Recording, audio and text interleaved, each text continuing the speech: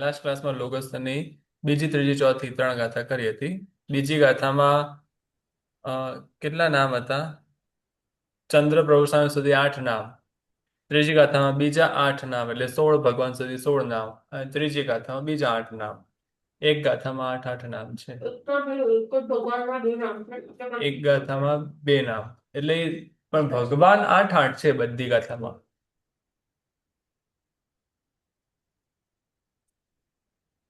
આગળ વધીશું.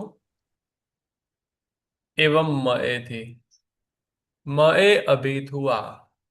અભિથુઆ, થુઆ એટલે કે સ્તવાયેલા. અભિથુઆ, અભિ એટલે કે ટોટલી મારું ફોકસ તમારા તરફ જ છે અને મેં તમને સ્તવ્યા છે. એમ એવા ભાવને સૂચવવા માટે અભિથુઆ એવો શબ્દ વાપરવામાં આવેલો છે. મારા વડે જે વિશેષ પ્રકારે સ્તવાયેલા, ફોકસ પૂર્વક સ્તવાયેલા, ટોટલી આશય તમારી સ્તવનાનો હતો અને તમારી સ્તવના કરી એવો ભાવ, તે અભિથુવા શબ્દનો અર્થ થાય. એટલે મએ એટલે કે મારા વડે, એ પ્રમાણે, એવમ એટલે કે એ પ્રમાણે, મએ અભિથુવા મારા વડે સ્તવાયેલા.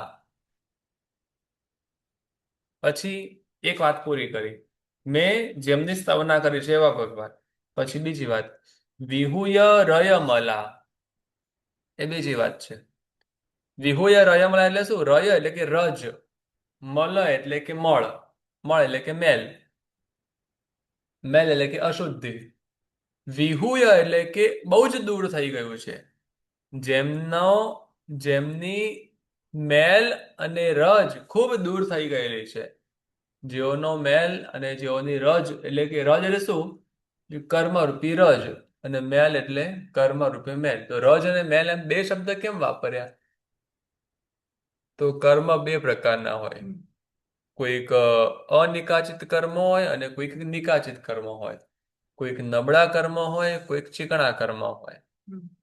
ક્યાંક છે ને, આપણે ખાલી તમે કચરા કાઢશો ને ત્યાંથી રજ નીકળશે, મેલ નહીં નીકળે કચરાથી. અને તમે પેલું બ્રશથી ઘસો ને તો મેલ નીકળશે પણ રજ નહીં નીકળે. એટલે બ્રશથી ઘસવું પછી પાછો કચરો વાળવો, એટલે બે વસ્તુ કરવી પડે. એટલે આપણે કચરાને પોતા બે કરીએ ને, એક અંદર બેસી ગયેલું હોય તે દૂર કરવા માટેનો પ્રયત્ન, અને એક ન બેઠો ઉપર છલ્લું જે પડ્યું છે, પણ એ બંને શોભાને બગાડવાનું કાર્ય કરે છે. આત્માની અંદર બે અવગુણો છે. એક એવા કે નબળા કર્મો છે, પણ નબળા કર્મ પણ પડ્યા રહેશે તો દુઃખ તો આપશે. તો નબળા કર્મ અને જે સ્ટ્રોંગ કર્મ છે એ તો મહેનતથી નીકળવા પડશે. પણ જેમના નબળા અને સ્ટ્રોંગ એમ બંને પ્રકારના કર્મ નીકળી ગયા છે, એટલે કે રય અને મલા, એ બંને જેઓના વિહુય એટલે કે એકદમ દૂર થઈ ગયા છે, એકદમ ક્લીન થઈ ગયા છે એવા. એટલે એક વાત કરી કે મય અભિથુઆ, બીજી વાત કરી વિહુય રયમલા, ત્રીજી વાત કરે છે પહીણ જર મરણા. જર એટલે કે જરા, અને મરણા એટલે કે મરણ, મૃત્યુ. વૃદ્ધાવસ્થા અને મૃત્યુ. જરા એટલે કે વૃદ્ધાવસ્થા. પહીણ, હીણ એટલે કે ચાલ્યા ગયા, દૂર થઈ ગયા, બેસી ગયા છે. જે હીણ એટલે બેસી ગયા, દૂર થઈ ગયા, અને પહીણ એટલે કે સાવ જ બેસી ગયા. એટલે એક વાર માટેનું મૃત્યુ નથી ટળ્યું. જે હંમેશા માટેનું મૃત્યુ ટળી ગયું છે, એવું ટળ્યું છે કે હવે ક્યારે મૃત્યુ આવવાનું જ નથી, હવે ક્યારે વૃદ્ધાવસ્થા આવવાની જ નથી. તેવા પ્રકારે જે ટળી ગયું છે, તેવા પ્રકારે જે દૂર થઈ ગયું છે, તે પહીણ જર મરણા. એટલે એવમ મય અભિથુઆ એક વાત, વિહુય રયમલા બીજી વાત, પહીણ જર મરણા એ ત્રીજી વાત. એ પ્રમાણે મારા વડે સ્તવાયેલા, જેમના અત્યંત દૂર થઈ ગયેલા છે રજ અને મળ જેમના એવા, અને જેઓ વૃદ્ધાવસ્થા અને મરણથી જેઓ અત્યંત વિમુક્ત છે, છૂટા છે, એવા 24 જીણવરા. જીણવરા આપણા પાછું વિશેષણ છે. જીનોમાં શ્રેષ્ઠ એવા 24 તીર્થયરા, તીર્થંકર ભગવંતો. જીનોમાં શ્રેષ્ઠ એવા 24 તીર્થંકર ભગવંતો. જીનોમાં શ્રેષ્ઠ એટલે જે રાગ દ્વેષને જીતે તેને જીન કહેવાય. એટલે જેઓ પણ કેવળ જ્ઞાન પામે એ બધા જીન. પણ એ કેવળ જ્ઞાન પામનારાઓમાં આ વિશેષ પ્રકારના છે, કારણ કે એઓએ અસંખ્યાતા જીવોને કેવળ જ્ઞાનનો માર્ગ આપ્યો. અનંતા જીવોને સુખની તે બક્ષિસ આપી છે અને અનંતા જીવોથી પોતાના સુખને પોતાના માર્ગ સુધી પહોંચ્યા છે. તો તે એ જીનવરો એટલે એ જે કેવલીઓ છે, જે જીન છે, તેઓએ માત્ર પોતાનું સાધ્યું અને કદાચ થોડાક બીજાનું સાધ્યું, પણ તીર્થંકર ભગવંતોએ અસંખ્યતાઓનું સાધ્યું. આપણે ભગવાનને પણ ભોગવવું આવે છે દિનચર્યામાં ન દેખાય. આવે. એટલે એમનું જે એક નાનપણથી યુવાન વ્યવસ્થા આવી જાય પછી જ્યાં સુધી મતલબ કે નિર્વાણ ન પામે ત્યાં સુધી એ સેમ જ એમનો લુક સેમ જ હોય, લુક ચેન્જ ના થાય. કેવલી બી એવું છે કે કેવલી કેવલજ્ઞાની ભગવાન તો કઈ એજમાં કેવલજ્ઞાન થયું છે? એજ પછી એમને શરીરની અસર દેખાય. કેવલજ્ઞાની ભગવંતને ધારો કે આઈમુત્તામણીને 9 વર્ષની ઉંમરમાં કેવલજ્ઞાન થયું, પછી નિર્વાણ પામ્યા ત્યાં સુધી 9 વર્ષની ઉંમર જેવું જ એમનું શરીર હતું રહ્યું, મોટા થયા હતા. એટલે જે બાળપણ જેવું દેખાય એવું ન હોય. તો તીર્થંકર પરમાત્મા જેવા હોય એવા ને એવા જ રહે. દીક્ષા લીધા પછી કેવલજ્ઞાની રાની દીક્ષા લે ત્યારથી જેવા હોય એવા જ રહે. કદાચ એમને બીજું કઈ તકલીફ આવે અને કઈ થાય, જેમ કે મહાવીર સ્વામી ભગવાન ઉપર બધા ઉપસર્ગો આવ્યા હતા, તો ભગવાને દીક્ષા લીધી ત્યારે ભગવાનનું શરીર એકદમ સ્વસ્થ હતું. પછી ઉપસર્ગ આવે એ સમયે એમને બધી તકલીફો આવી હતી, પણ પછી નેચરલી પાછું એ રિપેર થતું જાય. જો આપણને કઈ લાગ્યો પછી આપણે રોજ આવે બધું સરખું થાય તો ભગવાન પાછું સરખું થઈ જાય. પણ સરખું થયા પછી પાછું દીક્ષા લીધી ને ત્યારે જેવું ને એવા પ્રકારનું થઈ જાય. ના, ભગવાનનું શરીર સેમ જ રહે. એમને અંદર દુઃખ થાય, જે આપણે જેમ 6 મહિનાનો ઉપવાસ કરીએ તો આપણે જેવી પીડા થાય ભગવાનને એવી પીડા થાય, તો દેખાય નહીં, આપણને ન દેખાય. એવું ન ફ્રેશનેસ જ દેખાય.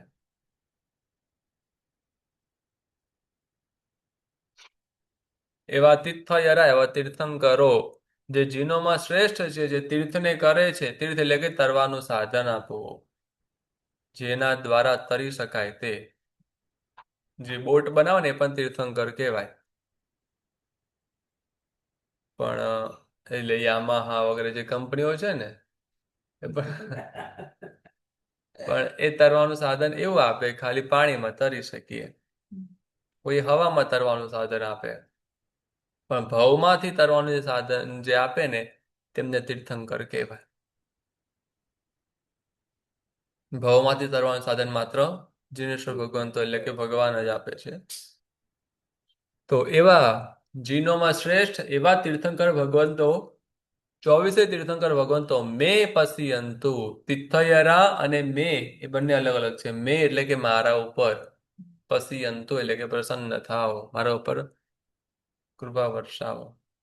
તમે બધા ઉપર આટલું બધું કરો છો, તમે તમારા તો રજ અને મલ દૂર થઈ ગયા છે, તમારે વૃદ્ધાવસ્થાને મૃત્યુ પણ જેમ તમારું ચાલ્યું ગયું છે. આવા હે ભગવાન, આવા હે જીનોમાં શ્રેષ્ઠ એવા તમે છો, તમે તીર્થને કરનારા છો, તો આવા હે ભગવાન તમારી મેં સ્તવના કરી, તો હવે તમે મારા ઉપર પ્રસન્ન થાઓ. કોઈ પેલો કવિ કે એવો કોઈ વ્યક્તિ રાજસભામાં આવે ને તો પેલા બિરુદાવલી ગાય, રાજાની બિરુદાવલી. રાજા તમે આમ છો, પેલા રાજાઓ તમારા ખૂબ ગુણગાન ગાતા હતા. મેં એક નાટક જોયું હતું, તેમાં તમારો મહિમા જબરદસ્ત હતો. ભલે જોયું ના જોયું હોય, અહીંયા ફેંકા ફેંકા ચાલુ કરી દે, મોટી મોટી ફેંકે અને બધું. એટલે બિરુદાવલી ગાયા પછી પોતે ગાતા ગાતા પોતે એક વસ્તુ નોટ કરે, રાજાના મનને કેટલી અસર થાય છે હું બોલું છું એનો. હું બોલું છું એ રાજાને ગમે છે, નથી ગમતું, રાજા પ્રસન્ન થાય છે, નથી થતા, એ પોતે નોટ કરે. અને નોટ કર્યા પછી એને ખબર પડે રાજા એકદમ પ્રસન્ન થયા છે, તો પછી પોતે પોતાની ઈચ્છા હોય તે કરે. રાજાને કે એમ તમે મારા ઉપર પ્રસન્ન હો તો પછી તમે મારી આ ઈચ્છા પૂરી કરો, મને આ આપો તે આપો. ખુશ થયા હોય તો પછી આપી દે એમ, અને પેલાનું કામ થઈ જાય. નજરાણું આપે એવું નહીં? એવું જ મતલબ. ભેટ સોગાદી લઈને જાય. હા. એટલે રાજાને ખુશ કરવા માટે કાંઈ પણ કરે એવું કાંઈ પણ કરે, જેમ કે આપણે શ્રીપાલ રાજાના ચરિત્રમાં જોઈએ છે, ધવલ શેઠ બધા થાળ ભરી હીરા મોતી બધું આપે છે. તો એની પાછળનું કારણ તો રાજાને ખુશ કરવા. રાજા ખુશ થશે તો પછી રાજા બને 32 લક્ષણ એક પુરુષ આપશે જેની હું બલિ ચડાવીને અહીંથી નીકળી જઈશ. એવો ધવલ શેઠનો વિચાર હતો. એમ ધવલ શેઠ પોતે રાજાને ખુશ કરવાનો જ પ્રયત્નમાં હતા. ભાઈ રાજાને ખુશ કર્યા અને રાજા એમને સૈન્ય પણ આપ્યું અને એમને છૂટ પણ આપી કે તમે મારા દેશમાંથી એવા કોઈ પુરુષનો તમે વધ કરી શકો છો જે આ દેશનો ન હોય અને જેનું કોઈ આ દેશમાં ન હોય, એવા તમે લઈ શકો. પછી રાજા એમ કર્યું. એટલે આવી રીતે રાજાને ખુશ કરવા માટે આપણે પેલા રાજાને કેવું પડે, તમે મારા પર પ્રસન્ન થાવ. તો અહીંયા તો રાજાધિરાજ છે, આપણે એમને મસ્કા પોલિશ નથી કરી રહ્યા, પરંતુ આપણે સાચા ભાવથી એમની ભક્તિ કરી. ભક્તિ કર્યા પછી પ્રભુને કહીએ છીએ, પ્રભુ તમે મારા પર ખુશ થાવ. ખુશ થશો તો પછી શું કરશો? પ્રભુ કઈ આપે? ના. તો છઠ્ઠી ગાથામાં હજી તો પણ માંગણી કરી છે. એટલે માંગણી માત્ર જય વ્યય સૂત્ર એકમાં નથી કરી, લોગસમાં પણ માંગણી કરી છે. એટલે પહેલા, હે પ્રભુ તમે પ્રસન્ન થાઓ, મેં તમારી આ પ્રમાણે સ્તવના કરી. આવા 24 ભગવાન, તો તમે 24 મારા પર પ્રસન્ન થાવ. ગાથાર્થ વાંચીએ. એ પ્રકારે મેં નામપૂર્વક સ્તવ્યા તે 24 તીર્થંકરો તથા બીજા પણ તીર્થંકરો જેઓએ કર્મરૂપી રજ તથા મેલને ટાળ્યા છે, તથા જેમણે જરા અને મરણ અતિશય કરીને ક્ષય કર્યા છે, એટલે એકદમ નાશ કરી દીધા છે, તથા જે સામાન્ય કેવળીઓથી શ્રેષ્ઠ છે એવા તે તીર્થંકરો મારા ઉપર પ્રસન્ન થાવ. કિત્તીય વંદીય મહિયા, જે કીર્તન કરાયેલા છે, જે વંદન કરાયેલા છે. મહિયા એટલે કે પૂજાયેલા છે. કીર્તન કરવું અને પૂજામાં શું ફરક? પૂજામાં ભાવ મૂકીએ છીએ અને ના, કીર્તનમાં ભાવ મૂકીએ છીએ અને પૂજામાં ક્રિયા બી હોય છે અને ભાવ પણ હોય છે. એ બંને એડ થાય. નાવલામાં બી હોય છે. એમના બંને ગુણ પણ કરીએ. ગુણ તો ગાતા વંદનમાં અને કીર્તનમાં શું ફરક? વંદન આપણે એટલે ભાવ વિનય કરી. ભગવાનને વંદન કરીએ. તો વંદન અને કીર્તનમાં ફરક શું? ફરક કીર્તનમાં તો આપણે એમના ગુણ પણ કહીએ. તો ગુણગાન ગાઈએ એટલે વંદન જ કરીએ છીએ ને કીર્તનમાં એમના ગુણોને ગાઈએ, મીન્સ ભાવ ગુણોને ગાઈએ છીએ. સિમિલર જ થયું ને? હા, એ જ. હું ભેદ આપું. હા. જેમાં ઇન્સ્ટ્રુમેન્ટ્સ યુઝ કર્યા હોય, જેમાં લય, તાલ અને ગીત, નૃત્ય આદિ બધું સમાયેલું હોય તે કીર્તન કહેવાય. કીર્તનમાં કી નથી. તમે લખો એમ લખી દો ને. બુકમાં જોઈ છે. હા, તારી બુકમાં લખેલું છે. ચાલશે ને? ગુરુજી બોલો. આજે જિજ્ઞાસાબેન નથી આવે એટલે લખી દો, ચાલશે. કીર્તન એટલે વચન કીર્તન એમ બોલે ને. હા, જેમાં અમે તો થોડું ભાવના ભાવમાં જ નાશ કરવા લાગ્યા હતા કે એમાં શું થઈ જાય. કીર્તનની અંદર આપણે શબ્દ શ્લોક ટાઈપના ગીત વગેરેનો ઉપયોગ કરતા હોઈએ, જેમાં ઇન્સ્ટ્રુમેન્ટ્સ યુઝ કરીએ. કદાચ ઇન્સ્ટ્રુમેન્ટ્સ યુઝ ન કરીએ તો પણ આપણે શબ્દ તે રચના સાથે ના મૂકેલા તે કીર્તન થયું. એટલે એમાં આમ તો ભગવાનના ગુણ જ ગાવા, પરંતુ એ ગુણ થોડાક વ્યવસ્થિત શબ્દોમાં ગાવા. હા, રાગ રાગીણીના ઉપયોગ સાથે. જે કેવલભાઈ ગાય એ રાગ અને જે સોનલબેન ગાય એ રાગીણી.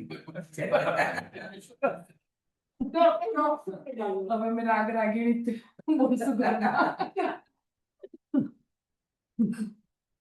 રાગીણી બરાબર રાગશી કે નહીં, હસબન્ડ રાગ એમ કહેવાનું. ના, એકચ્યુઅલી શું હોય કે જે કોઈ પણ આપણે જે બોલીએ ને એ અલગ અલગ, જેમ કે માલકોશ એ રાગ છે, તો માલકોશ એ પુરુષ પણ ગાય સ્ત્રી પણ ગાય, તો પછી રાગને રાગ જ કહેવાય. પછી એવી કોઈક રાગીણી હોય, રાગીણી એ અલગ રીતે ગવાતું હોય ને રાગ અલગ રીતે ગવાતા હોય એવું હોય. હા. એટલે એ રાગ રાગીણી એકચ્યુઅલમાં તો પેલું એ એટલે આમ સંગીતના same જ છે સંગીતનો પાર્ટ સંગીત આમ સેમ જ કે જેમાં અમુક એમાં એ કેવા પ્રકારે ગવાય છે ને એ પ્રમાણે તેને ઓળખાણ થાય. આ રાગીણી કહેવાય, આને રાગ કહેવાય. જે એકદમ થોડા એકદમ ગંભીર અવાજમાં હોય તેવા રાગ હશે, અને જેમાં એકદમ તાલ વગેરેનું વધારે હોય તે રાગીણી હશે, એવું હોતું હશે. એ સંગીત શાસ્ત્રમાં એનો વિષય છે, એમાં આવે. એટલે આપણે જેમાં ઈશ્વરી કરીએ શબ્દ સાથે રાગ કહીએ તે કીર્તન કહેવાય. હા, અને જેમાં માત્ર ભગવાનના ગુણ ગાવા અને જેમાં શ્લોક વગેરેની મર્યાદા ન હોય અથવા તો તે બધું વંદન થયું એમ. જેમાં શ્લોક પેટર્ન ન મૂકી અને એમને પણ આપણે ભગવાનની વાત કરીએ, ભગવાન સાથે વાત કરીએ તો તેને વંદન કર્યા કહેવાય. પછી ગુરુજી એક સ્મોલ એક્ઝામ્પલ જેવું આપો ને. તમે નમૂત્તણમ બોલો છો, શક્રસ્તાવ બોલો છો, તે બધું, અથવા તમે ભગવાન સાથે વાત કરતા હો તો તે બધું વંદના કરીએ એમ. ઉત્સવો મધ્યમ ચલણ દે એક્ઝામ્પલ કોઈ વિશેષ શાસ્ત્રીય રાગમાં વગેરે ના હોય તો બધું વંદનામાં ગણાય એમ. કે શાસ્ત્રીય રાગમાં હોય તો તે કીર્તન કર્યું કહેવાય. એટલે જેમાં પ્રધાનતા ઇન્સ્ટ્રુમેન્ટ આદિ ના હોય, પ્રધાનતા તમારા શબ્દોની હોય અને તમારા ભાવ જેમાં વધારે જોડાય છે તેવા પ્રકારની જેમાં પ્રધાનતા હોય.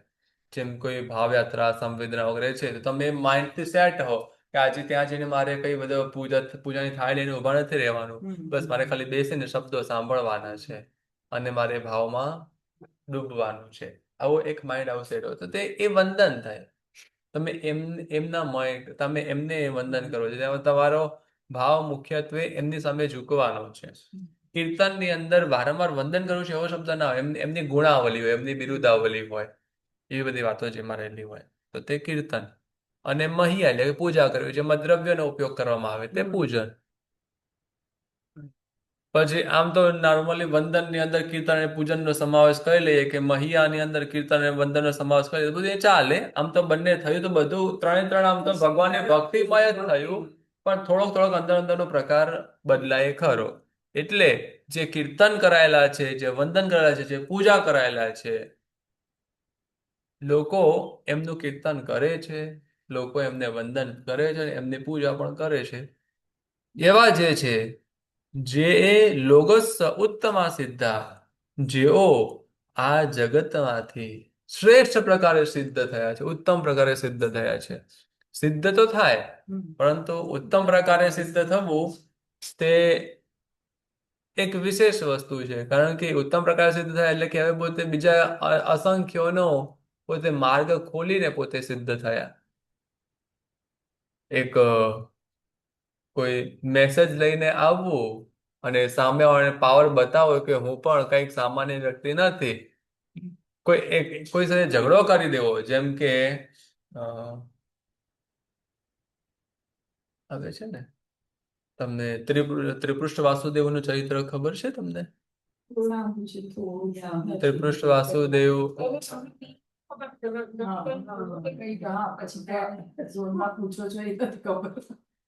એ ત્રિપૃષ્ઠ વાસુદેવ પાસે એક ચંડવેગ નામનો એક દૂત જાય છે, ત્રિપૃષ્ઠ વાસુદેવના પિતા પાસે. ત્યાં ત્રિપૃષ્ઠ વાસુદેવ નતા થયા, રાજકુમાર હતા. તો એ દૂત જાય છે, તો દૂત એવું બધું બોલે છે ને રાજાની સામે, પ્રજાપતિ રાજાની સામે એવું બધું બોલે છે. રાજા પણ, એ પેલો દૂત બહુ મોટા રાજાનો દૂત હતો, પ્રજાપતિ રાજાથી મોટો રાજા હતો. અશ્વસેન રાજા કે અશ્વમેધ રાજા. તો એટલે એ કઈ કરી શકે એમ નતો. તો બધું સાંભળી લીધું, હાજી હાજી હાજી કરી લીધું, અને પછી જાય છે. પછી એ દૂત ગામની બહાર પહોંચે છે એટલે ત્રિપુર પાછળ જાય છે અને મારે છે, બરાબર મારીને અધમો કરીને મૂકે છે એને. દૂતને ન મરે પણ આને માર્યું. તો આ એક દૂત એવો કે જે માર ખાઈને નીકળ્યો. ને બીજો એક દૂત હનુમાનજી લંકામાં ગયા હતા, એ દૂત બનીને ગયા હતા. અને તો એ ભાઈ છેલ્લે એ આમ તો દૂત જ હતા ને, રાવણની સભામાં બેસે છે, ભાઈ છેલ્લે લંકાને સળગાઈને પોતે નીકળે છે. એટલે પેલા તો રાવણે એની પૂંછડી બાળી, આવું હિન્દુમાં કહેવાય છે, એની પૂંછડી બાળી. તો હનુમાનજીએ લંકા વાળી, એ જ પૂંછડીથી પાછું એનું વાળ્યું. એટલે હવે નોર્મલી કોઈક થોડુંક કંઈકમાં પતાવી દેતા હોય, નુકસાન થાય તો કોઈ થોડુંક નુકસાન કરે, અને કોઈ એવું કરે કે બરાબર યાદ રહે.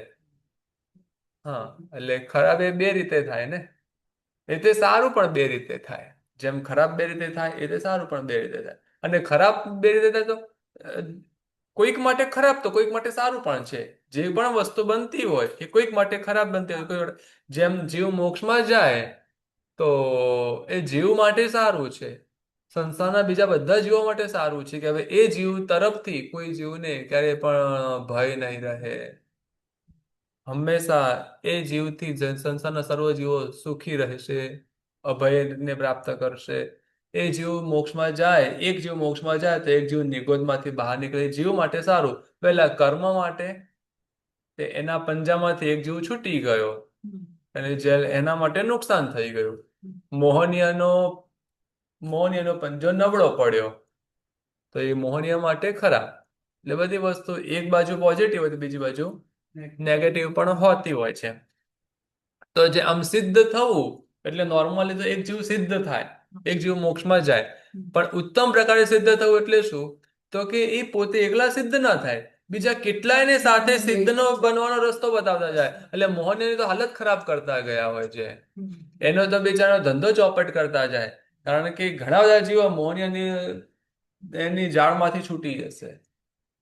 એવું જે કરનારા હોય તે ઉત્તમ સિદ્ધ, જેને મોહનીયની લંકામાં આગ લગાડી દીધી હોય તે ઉત્તમ સિદ્ધો. જે લોકમાં ઉત્તમ પ્રકારે સિદ્ધ થયા છે, જે કીર્તન કરાયેલા, વંદન કરાયેલા, પૂજા કરાયેલા, જે આ લોકથી ઉત્તમ પ્રકારે સિદ્ધ થયા છે, એવા સિદ્ધ ભગવંતો મને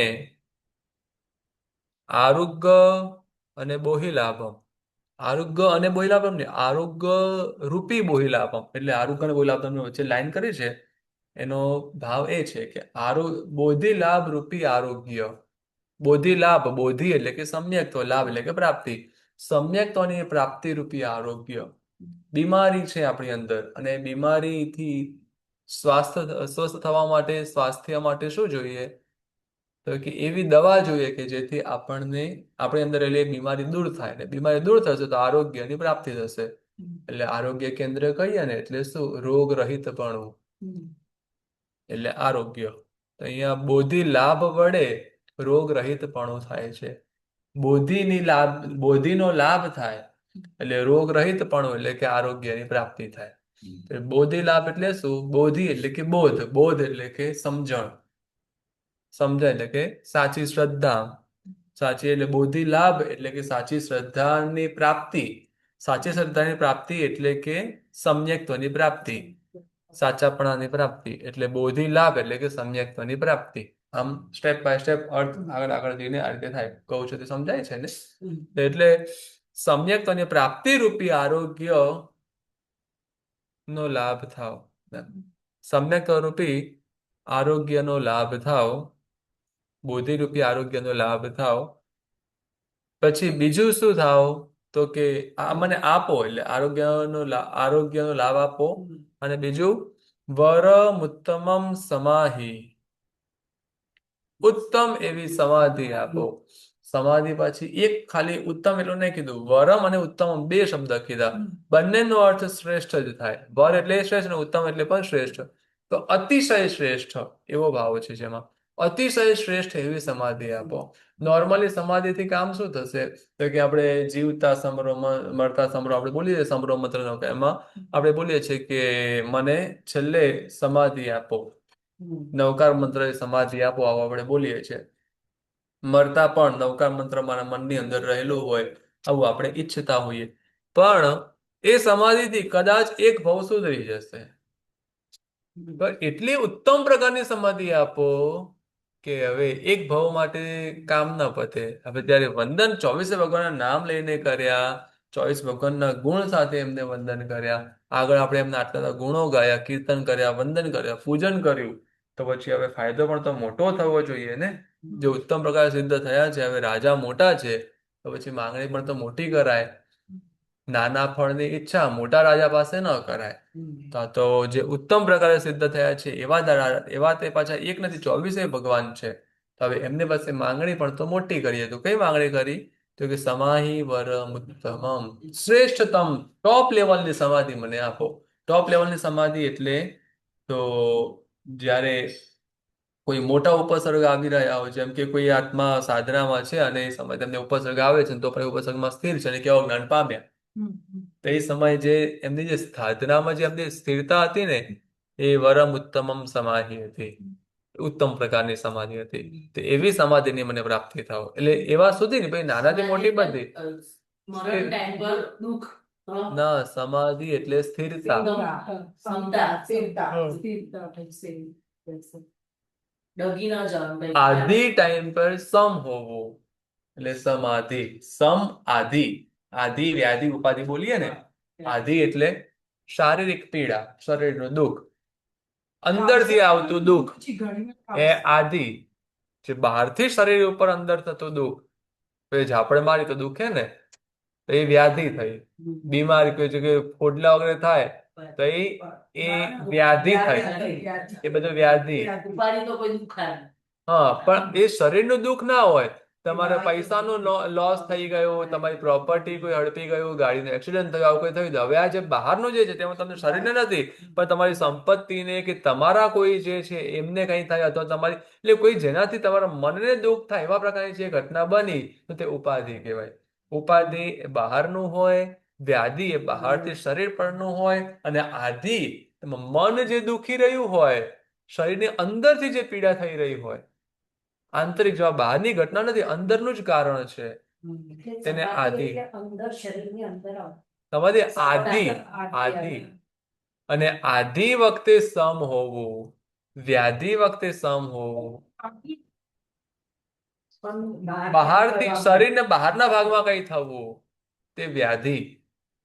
એમ કેન્સર થવું તો તે અંદરની તકલીફ થઈ, પણ તમને મન દુઃખ થવું એવી આવે અંદર કે નહીં. કોઈ કોઈ મન બોલી દુઃખ, ગયું. હા, તો એ ઉપાધિ થઈ. એ બહારની ઘટના બની ને. કોઈ ગુસ્સો કર્યો ટાઈમ પેલું લાગી આવ્યું બધું ઉપાધિ માં. એ બધું બહાર, તમને તમારા શરીરને કાંઈ નથી થયું, એ બહારનું થયું. કેન્સર, હાર્ટ એટેક એટલે મોટી મોટી એ બધી અંદરની બીમારીઓ છે. મોટી નાનું એવું કઈ નહીં, પણ જે અંદરનું હોય હા. તે આધિ. જે બહારથી અંદર આવતું હોય એ વ્યાધિ, અને જે બહાર રહેતું હોય એ ઉપાધિ. એ ટાઈમ પર ક્ષમતા રાખવાની એમ. હા, ના, તો સમાહિ. આમાં બહારનું કહ્યું તો આપણે એ આપણે પોતે મેનેજ કરવાનું, પણ મેઇન તકલીફ છે ને આંતરિક તકલીફ થવા છે. અને અંદરની તકલીફમાં એકદમ અંદરની તકલીફ જોઈએ તો કર્મની તકલીફ, એકદમ અંદરની તકલીફ. એટલે સમાહિ. આહિ એટલે કે આધિ, આધિ એટલે કે અંદર કર્મની તકલીફ હોય એ સમયે સમ એટલે કે સમતા રહેવી. એ શ્રેષ્ઠ એવી સમતા સમાહિ મને તમે દિનતુ એટલે કે આપો. સમ એટલે કે સમતા આપો. આવું સમાધિ શબ્દનો અર્થ આવો થાય. સમાધિ લીધી, એટલે ક્યાં ક્યાં બધું જોડી દો. હાથી સાથે ઘોડાનો પૂંછડું જોડી દીધું. ક્લિયર કર્યું બધું. આધી એટલે બહારથી આવતી. અંદર કઈક કઈક હોય છે તકલીફ હોય ને તેને આધિ વ્યાધિ ઉપાધિ કહેવાય. બધી આ રેકોર્ડિંગ આપી દઈશ, ફરીથી સાંભળી લે. આપણે કાઉસક મુદ્રામાં હોય તો એ 2 સેકન્ડ 5 સેકન્ડ સમાધિ કહેવાય. કૌશક મુદ્રામાં નહીં, એટલે કાઉસક ભાવથી કૌશકમાં હા, હો એટલે તો. કાઉસક.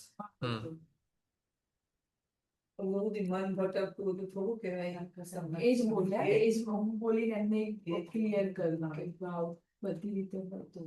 એટલે આવું હે ભગવાન તમે મને આપો. હવે માંગ્યું પણ તો કેવું, એવું જે આપણાથી સોલ્વ નથી થઈ રહ્યું, અને એ સોલ્વ થઈ જાય તો બધું સોલ્વ થઈ જાય એવું માંગ્યું.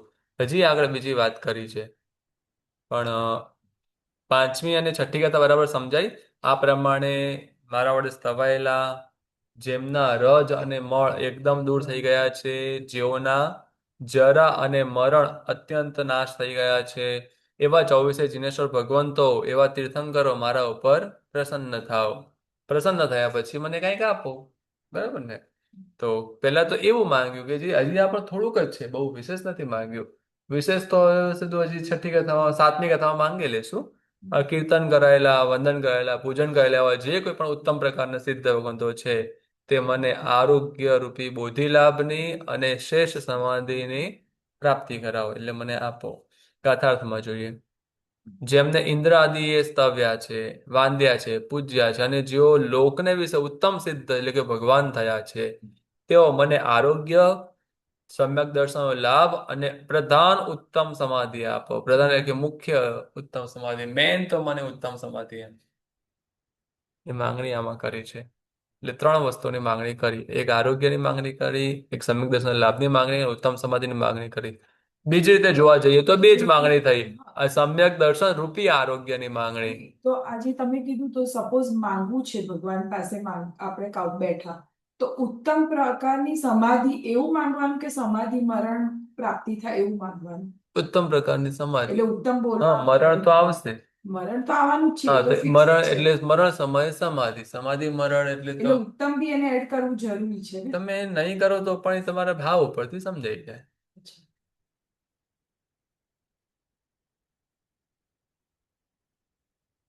સાતમી કથા. હજી બીજા થોડા ગુણો ગાઈએ છીએ, પછી થોડીક હજી મોટી વસ્તુ માંગીએ છીએ. તો ચંદેસુ નિમ્મલ યરા. નિમ્મલ યરા એટલે કે નિર્મળતા વાળા.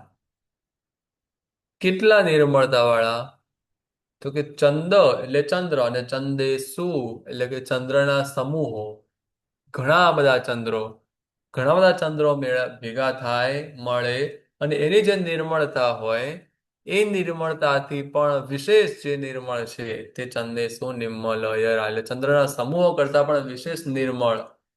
અને આઈચ્ય એટલે આદિત્ય. આદિત્ય એટલે સૂર્ય. પણ આઈચ્યેસુ એટલે આદિત્યના સમૂહો, ઘણા બધા સૂર્યો, અને ઘણા બધા સૂર્યો કરતા પણ અહિયમ એટલે કે અધિક પયાસો યરા. પયાસ એટલે કે પ્રકાશ, યરા એટલે કે કરનારા, પ્રકાશ કરનારા. પયાસો યરા ચંદ્રના સમૂહો કરતા પણ અધિક નિર્મળ, અને સૂર્યના સમૂહો કરતા પણ અધિક પ્રકાશ કરનારા. પછી ગંભીર કેવા? તેજસ્વી, સૂર્યના સમૂહ કરતા વિશેષ તેજસ્વી અને ચંદ્રના સમૂહ કરતા વિશેષ નિર્મળ, પરંતુ ગંભીરતામાં તો કે સાગર વર. સાગર એટલે કે સમુદ્ર, વર એટલે કે શ્રેષ્ઠ સમુદ્ર. બધા સમુદ્રમાં શ્રેષ્ઠ લેવલનો સમુદ્ર કયો? ખીર સમુદ્ર. ખીર તો તમને ઓછી ભાવે છે ને, તમે જ તો કીધું હતું.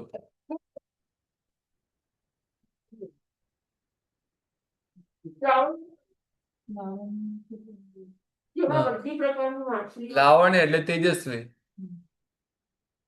ના, સિંધી સમુદ્ર બધા એટલા મોટો, એનથી પણ વિશેષ, એનથી વધારે. તમે કહ્યું છે ને મહાવીર સ્વામી ભગવાનના શાસન કરતા પાર્ષદ ભગવાનનું શાસન વધારે ચાલ્યું. સ્વયંભૂ વધારે ચાલ્યું? લખ્યું છે.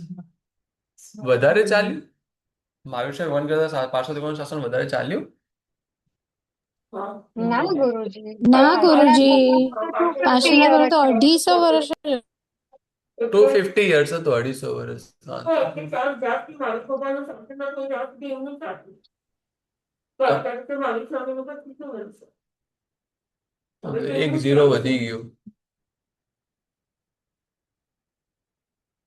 તમે કીધું હા, અને પછી તમે જ ના પાડી દીધું.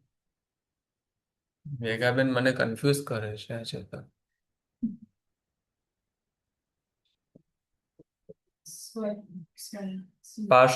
મહાવીર સ્વામી કરતા પાર્ષદ ભગવાનનું શાસન વધારે ચાલ્યું, પાર્ષદ કરતા નેમિનાથ ભગવાનનું શાસન વધારે ચાલ્યું, એમના કરતા નમિનાથ ભગવાનનું શાસન વધારે ચાલ્યું.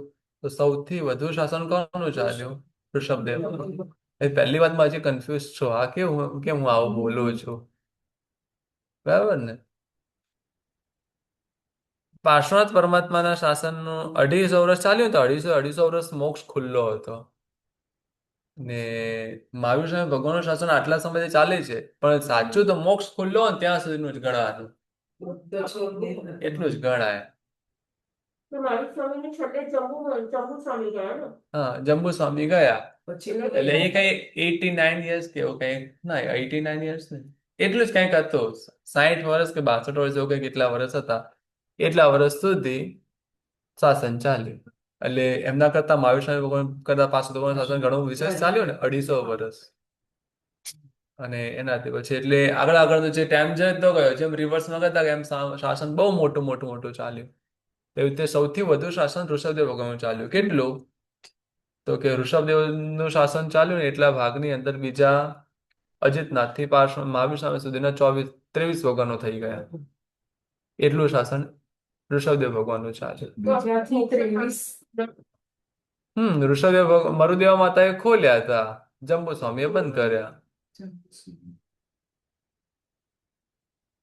જંબુ સ્વામી તો મહાવીર સ્વામી ભગવાનના હા, તો ત્યાં સુધી ખુલ્લા રહ્યા ને દરવાજા. પછી નથી કોઈ.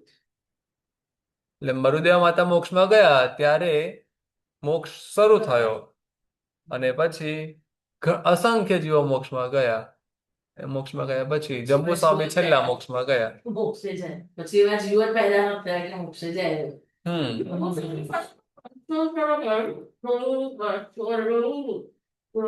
એમની સાત દીક્ષા લીધી, 527 જણા દીક્ષા લીધી.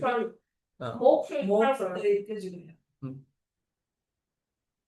તો આ કેમ કહું છું, તો કે જેમ પાછળ પાછળ ન હોય ને એમ ડબલ ડબલ ડબલ થતું જાય, એટલે મોટું મોટું મોટું થતું જાય. તો સેમ પેટર્ન દ્વીપ અને સમુદ્રમાં પણ છે.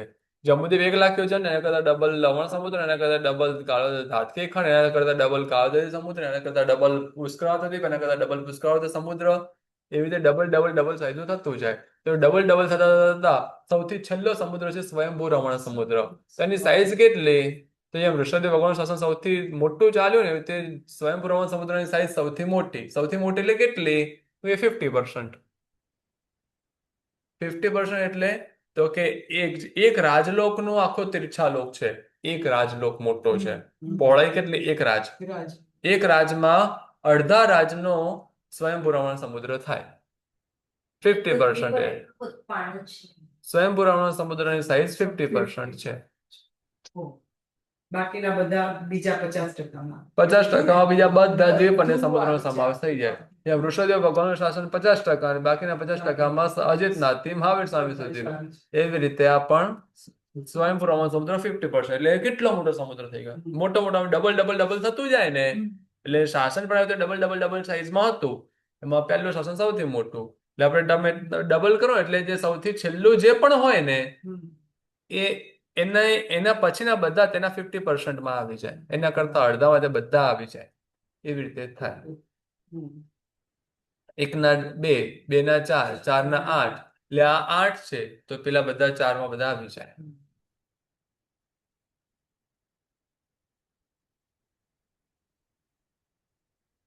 તો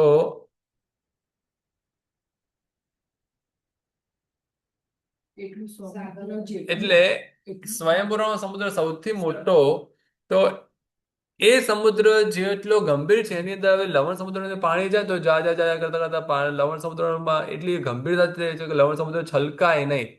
પણ સ્વયંભૂ સમુદ્ર લવણ સમુદ્રમાં નાખી દઈએ તો પછી તેની કેપેસિટી ના રહે, એટલું બધું પણ ના રહી શકે, કારણ કે સ્વયંભૂ સમુદ્ર તો એના કરતા બહુ મોટો છે. પણ સ્વયંભૂ સમુદ્રની અંદર કેટલું પણ પાણી નાખીએ ને સ્વયંભૂ સમુદ્ર નહીં છલકાય, કારણ કે એટલો વિશેષ ગંભીર છે. તો તેની ગંભીરતા તે સ્વયંભૂ સમુદ્ર સૌથી વધારે કહેવાય. તો એવી રીતે જેમ શ્રેષ્ઠ સાગર એટલે કે સ્વયંભૂ સમુદ્ર સૌથી વધુ ગંભીર છે, તો એથી પણ વિશેષ ગંભીર હોય તો તે સિદ્ધ ભગવંતો. એ સ્વભાવથી ગંભીર, પેલું પાણીથી ગંભીર, આ સિદ્ધ ભગવંતો સ્વભાવથી ગંભીર. એવા એ સિદ્ધ ભગવંતો મમ સિદ્ધિમ દિશંતુ, મને સિદ્ધિ આપો, મને મોક્ષ આપો, મને સફળતા આપો, મને મુક્તિ આપો. સમજાય વાત? સિદ્ધ ભગવંતોમાં આટલી બધી ગંભીરતા કેવી રીતે સમજવાની? સવાલો હું જ ઊભા કરું છું. એકચ્યુઅલમાં બધા સવાલો બધા એક્સ્ટ્રા હોય છે ને.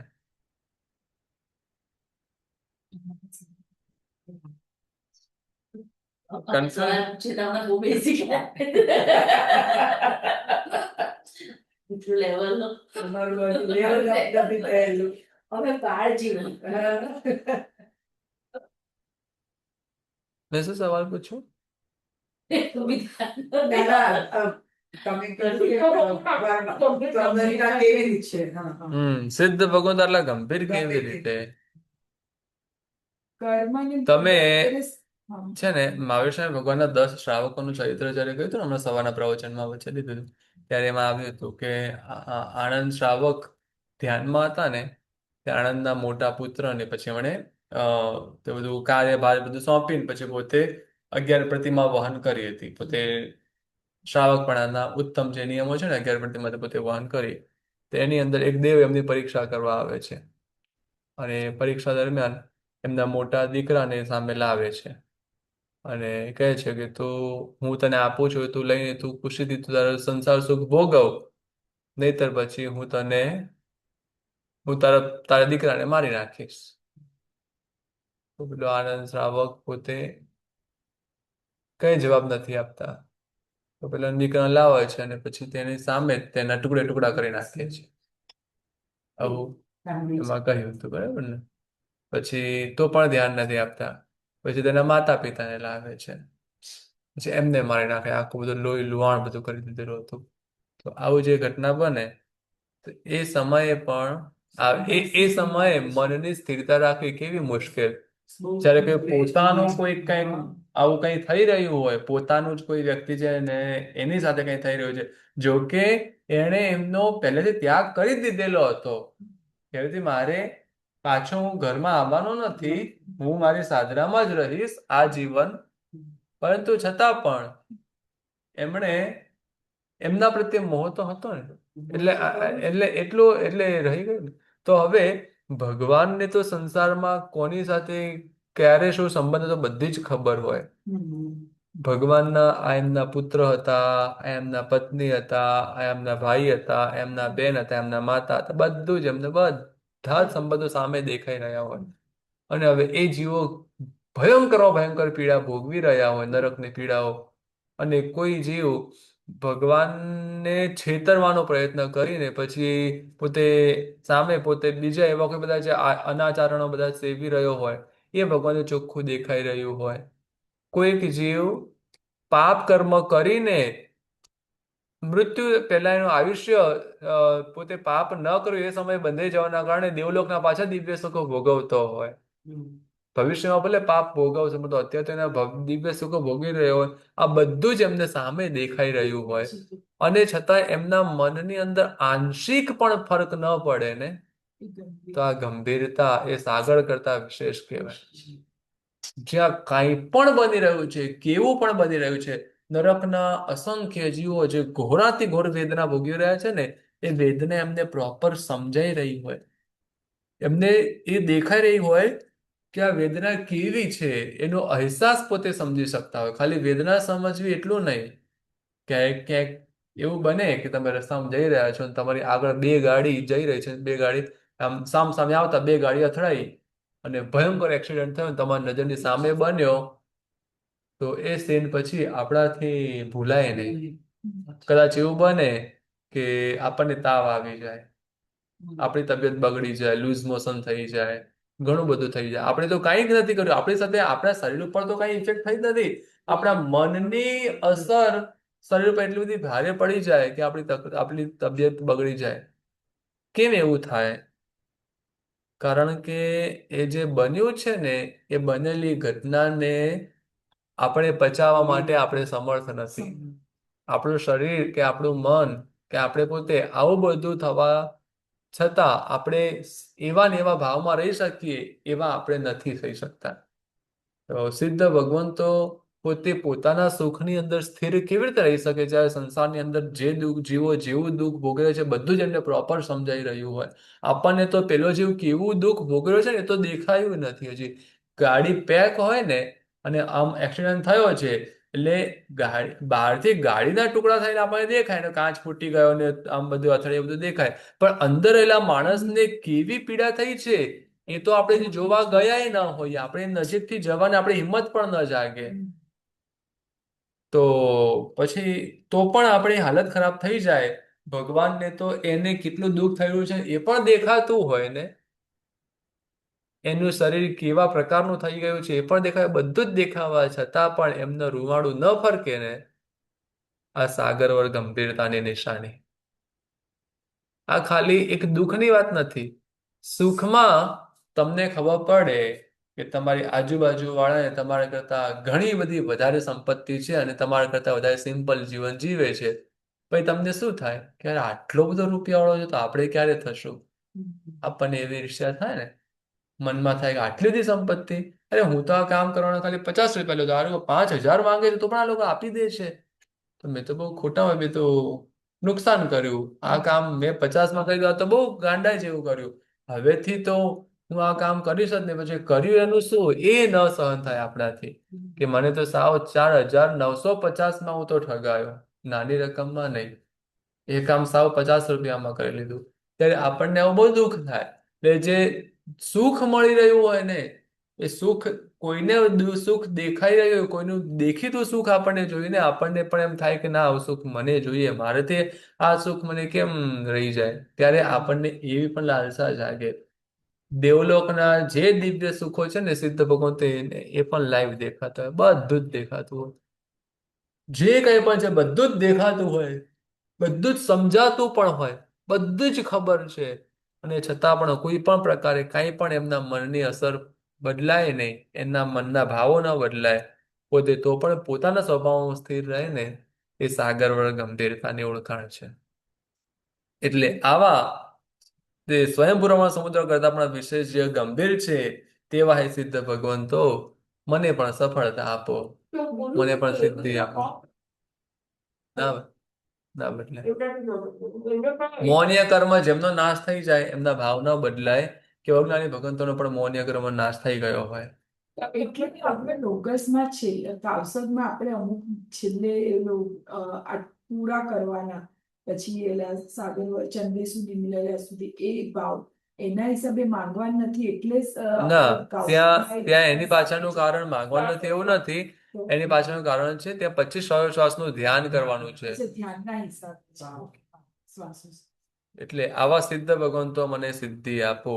આ પ્રમાણે છઠ્ઠી ગાથાની અંદર ભગવાન, પાંચમી ગાથાની અંદર ભગવાન પાસે આપણે પ્રાર્થના કરી, તમે તિથયરામે પસીયંતુ. છઠ્ઠી ગાથામાં કહ્યું કે સમાયવરમ ઉત્તમમ દિનતુ, અને સાતમી ગાથામાં કહ્યું સિદ્ધા સિદ્ધિ મમ દિસંતુ. એટલે પહેલા મારા પર પ્રસન્ન થાવ. પહેલા પાંચમી કથામાં વાત કરી તમે મારા પર પ્રસન્ન થાવ. પછી છઠ્ઠી કથામાં વાત કરી તમે મને સમ્યક્ત્વ આપો. સાતમી ગાથામાં તો મોક્ષ જ માંગી લીધો. ઉપર ઉપર ઉત્તર વૃદ્ધિ એ પ્રમાણે ભગવાન જેવા સ્થિર અને ગંભીર અગ્નિ બનવું. સમ્યક્ત્વની માંગણી કરી ને. આરોગ્ય બોહિ લાભમ સમાહિ વરમ ઉત્તમમ દિનતુ. શ્રેષ્ઠ સમાધિ અને સમ્યક આરોગ્ય, આરોગ્ય રૂપી સમ્યક રૂપી આરોગ્ય, આત્માનું આરોગ્ય અને સમ્યક દર્શન ગુણ, એની પ્રાપ્તિ કરાવો. આ પ્રમાણે લોક સૂત્ર પૂર્ણ થયો. શાસ્ત્ર એટલે વંદન અને માંગવાનું બે વસ્તુ છે. પણ મુખ્યત્વે વંદન છે, ખાલી છેલ્લી લાઈનમાં માંગે છે. રાજાની જેમ છે, બધું વખાણ કર્યા અને પછી છેલ્લે માંગો એમ. બધા પેલા ભગવાનને બધે વંદી લીધા. 7 ગાથા, 7 ને એક ગાથામાં 4 લાઈન, એટલે 7 ચોક 28. એટલે આ સૂત્રમાં 28 પદ, 28 સંપદા છે. ડબલ અક્ષર 27 છે, 27. ટોટલ અક્ષર 256 છે. 256 માંથી 27 લેસ કરી તો 229 લઘુ અક્ષર છે. એ તમે જોઈ લેજો. નેક્સ્ટ સૂત્ર કરવે બંતે આપણે જોઈશું. આ સૂત્રની અંદર ભગવાનના નામ સહિત ભગવાનને વંદના કરી હોવાથી આ સૂત્રનું બીજું નામ નામસ્તવ પણ છે. 5 સ્તવ છે. પહેલું નામસ્તવ, બીજું શક્રસ્તવ, ત્રીજું ચૈત્ય સ્તવ, ચોથું શ્રુત સ્તવ અને પાંચમું સિદ્ધ સ્તવ. નામસ્તવ એટલે રોગસ્ત, શક્રસ્તવ એટલે નમુત્થણમ, ચૈત્ય સ્તવ એટલે અર્યંત ચયાણમ, શ્રુત સ્તવ એટલે પુક્કરવર્દી અને સિદ્ધસ્તવ એટલે સિદ્ધાણમ બુદ્ધાણમ. સ્તવરી લુકસની તમે તો ઉપદાનમાં બધા સ્તવોને બધું કરી લીધા. યાદ ના ત્યારે યાદ ના આવે, પછી પાછું ભૂલાઈ જાય. ચૈત્ય સ્તવ એટલે અર્યંત ચૈયાણમ. નહીં, શક્ર સ્તવ એટલે નમુત્થુણમ. પછી ચૈત્ય સ્તવલે નમુત્થણમ, ચૈત્ય સ્તવ એટલે અર્યંત ચૈયાણમ. શક્ર સ્તવ એટલે નમુત્થુણમ. ચૈત્ય સ્તવલે શક્ર સ્તવ નમુત્થુણમ, ચૈત્ય સ્તવ અર્યંત ચૈયાણમ.